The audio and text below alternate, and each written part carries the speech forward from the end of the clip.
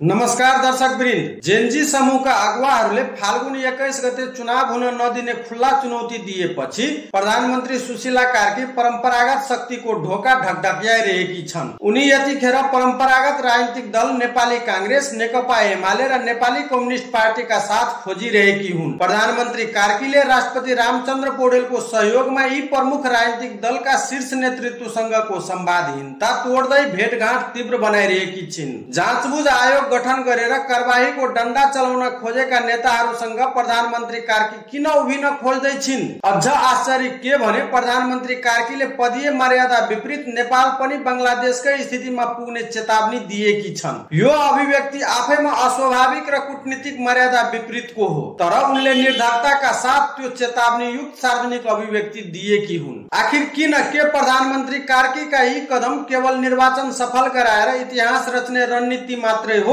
कि पर्दा पछाडि देशले अनुमान भन्दा बाहिर ठूलो राजनीतिक जोखिम सामना गरिरहेको संकेत हो? के देशमा पुनः अर्को भयावह संकट निम्तिदैछ कि फेरि एकपटक सत्ता सन्तुलन जोगाउने परम्परागत गठजोडको अभ्यास दोहोरिँदैछ? आउनुस् आजको भिडियोमा हामी यही प्रश्नलाई तथ्य, सन्दर्भ र सम्भावित परिणाम सहित गहिरिएर सम्झौं। भिडियो अन्त्यसम्म हेर्नुहोला। उपयोगी लागेमा लाइक, शेयर र कमेन्ट गर्न नभुल्नुहोला र यस्तै अन्य भिडियो हेर्नका लागि च्यानल सब्स्क्राइब गरी बेल आइकनमा क्लिक गरिदिनु होला। हाम्रो फेसबुक पेजलाई पनि फलो गरिदिनु होला।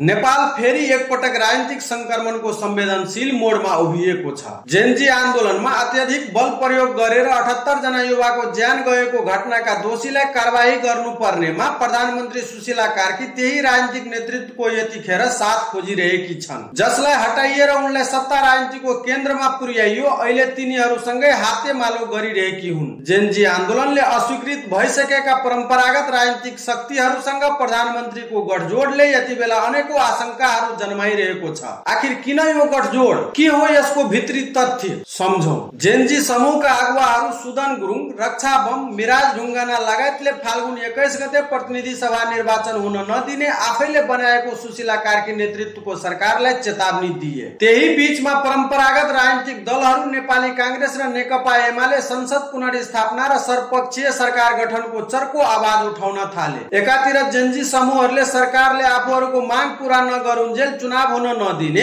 र अर्कोतिर फाल्गुनमा हिमाली क्षेत्रमा हिमपात हुनु, जेलबाट भागेका खुनखार कैदीहरूलाई समात्न नसक्नु र प्रहरीको लुटिएको हतियार फिर्ता नआउनु, प्रहरीको मनोबल घटेको र चुनावमा भाग लिने दलहरूका लागि पर्याप्त समय नभएकाले चुनाव टार्ने खेल भइरहेको छ। सबैले अहिलेकै अवस्थामा निर्वाचन हुन नसक्ने निष्कर्ष निकाल्दै अनेकौं विकल्पको खोजीमा छन्। फाल्गुन 21 गते चुनाव नभए देशमा संवैधानिक संकट आउने उनीहरूको निष्कर्ष छ। तर प्रतिनिधि सभाको चुनाव अब केवल लोकतान्त्रिक अभ्यास मात्रै नभई सत्ता वैधताको प्रश्न समेत बनिसकेको छ। चुनाव अब लोकतान्त्रिक अभ्यास मात्र रहेन, यो राज्यको वैधता, संस्थागत स्थायित्व र अन्तर्राष्ट्रिय विश्वाससँग गाँसिएको विषय बनिसकेको छ। फाल्गुन 21 गते सरकारले चुनाव गराउन असफल भए सरकारको संवैधानिक वैधतामाथि प्रश्न उठ्छ।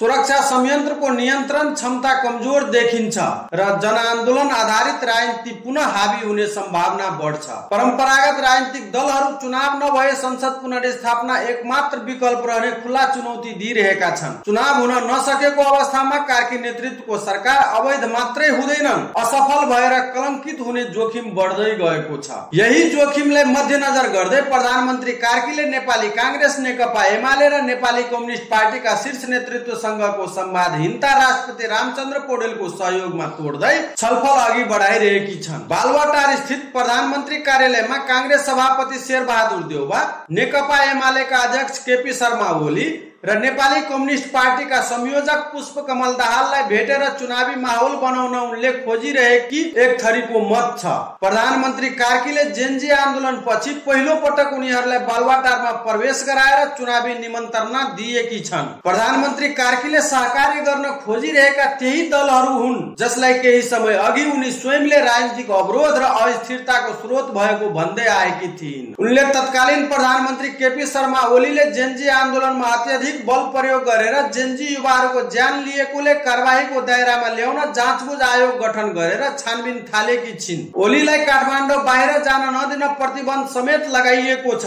तर अहिले त्यही ओली देउबा दाहालको प्रधानमन्त्री कार्कीले साथ खोजेकोबाट अनेकौं आशंकाहरू उब्जिनु स्वाभाविक हो, जसका कारण देशमा भ्रष्टाचार, बेथिति, अपारदर्शिता, बेरोजगारीले निराश र आक्रोशित जेनजीलाई आन्दोलनमा उत्रिन बाध्य बनायो, जसले 78 जना युवाहरूले ज्यान गुमाए, देशका धरोहरहरू खरानीमा परिणत भए। आखिर त्यही राजनीतिक नेतृत्वलाई प्रधानमन्त्री कार्कीले यी पुसको कठ्याङ्ग्रिदो चिसोमा किन न्यानो आतिथ्यता प्रदान गरिरहेकी छन्? यसले भित्रभित्रै जेनजी युवाहरूलाई पुनः आक्रोशित बनाइरहेको छ। तर प्रधानमन्त्री कार्कीको पदीय र कूटनीतिक मर्यादा विपरीत देश बंगलादेश बन्न सक्ने चेतावनी युक्त अभिव्यक्तिले देश गहिरो संकटबाट गुज्रिरहेको अर्को संकेत गरेको देखिन्छ। किनकि जेनजी आन्दोलनका क्रममा भदौ 24 गते देशका प्रमुख धरोहर र सरकारी कार्यालयहरू 5 घण्टामै जलेको विषय गम्भीर छ। यो देश खरानी बनाउने जेनजी आन्दोलनको भाग नभएको राजनीतिक नेतृत्व, प्रबुद्ध वर्ग, विश्लेषकहरूले भन्दै आएका छन्। देश जलाउने खेलको चक्र पूरा नभएकोले देशले अहिले थप अनिष्टको सामना गर्नुपर्ने तर्फ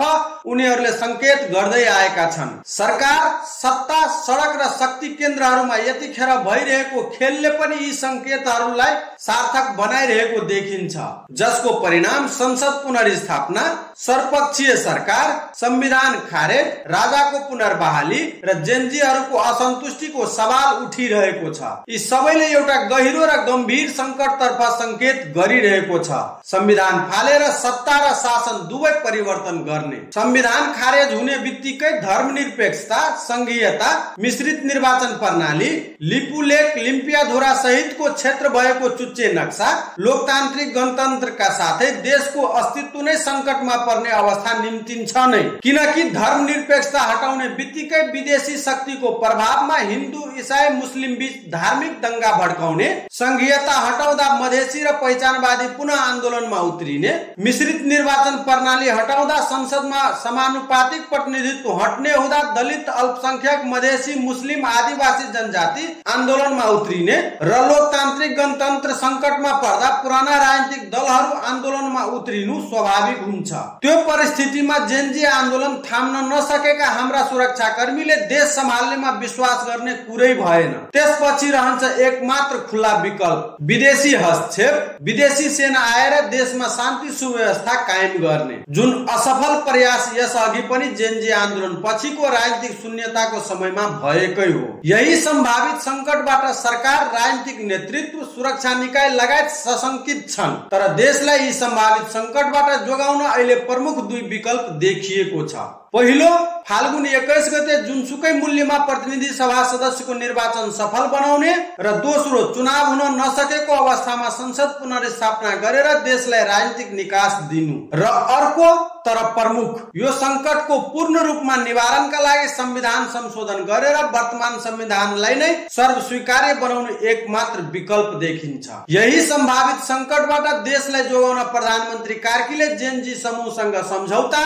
परम्परागत राजनीतिक दलका शीर्ष नेतृत्वसँग सहकारी, परराष्ट्र मन्त्रीमा रथी बालानन्द शर्माको नियुक्ति, राष्ट्रिय स्वतन्त्र पार्टीका सभापति रवि लामिछानेलाई थुना मुक्त, केपी ओली एमाले अध्यक्षमा पुनः निर्वाचित र फाल्गुन 21 गतेको तीव्र चुनावी तयारी भइरहेको सहज अनुमान लगाउनु कुनै अन्यथा हुँदैन। प्रधानमन्त्री कार्कीको देउबा ओली र दाहालसँगको सहकारी यो कुनै वैचारिक सहमति होइन, राज्य जोगाउने न्यूनतम समझदारी हो। त्यसैले राष्ट्रपति पौडेल पनि मौन मध्यस्थकर्ता भएर उनीहरू बीचको संवादहीनता तोड्न भूमिका निर्वाह गरेका हुन्। यो संकेतले संवैधानिक संस्थाहरूले अब सबै ठीक छ भन्ने भ्रम त्यागिसकेका छन्। तर यो सबै मिलाएर दलहरूको सहकारीमा सरकार यदि चुनाव सम्पन्न गराउन सफल भए पनि जेनजी असन्तोष समाधान हुने देखिँदैन। पुनः जेनजी आन्दोलनको संकट कायमै रहनेछ। त्यसैले होला अहिले वैकल्पिक शक्ति, परिवर्तनकारी जेनजी समूह, पहिचानवादी,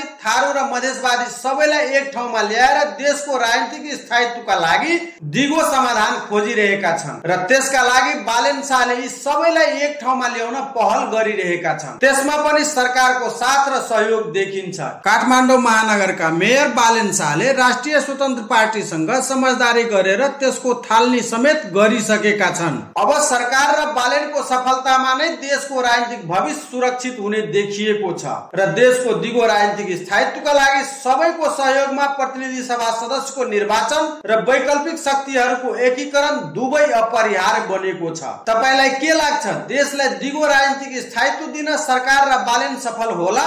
देशको राजनीतिक भविष्य सुरक्षित होला? आफ्नो विचार कमेन्ट बक्समा कमेन्ट गरेर बताउनुहोस्। भिडियो लाइक र शेयर गरिदिनुहोस्। यस्तै अन्य भिडियो हेर्नका लागि च्यानल सब्स्क्राइब गरी बेल आइकनमा क्लिक गर्नुहोस्। हाम्रो फेसबुक पेजलाई पनि फलो गरिदिनुहोस्। धन्यवाद।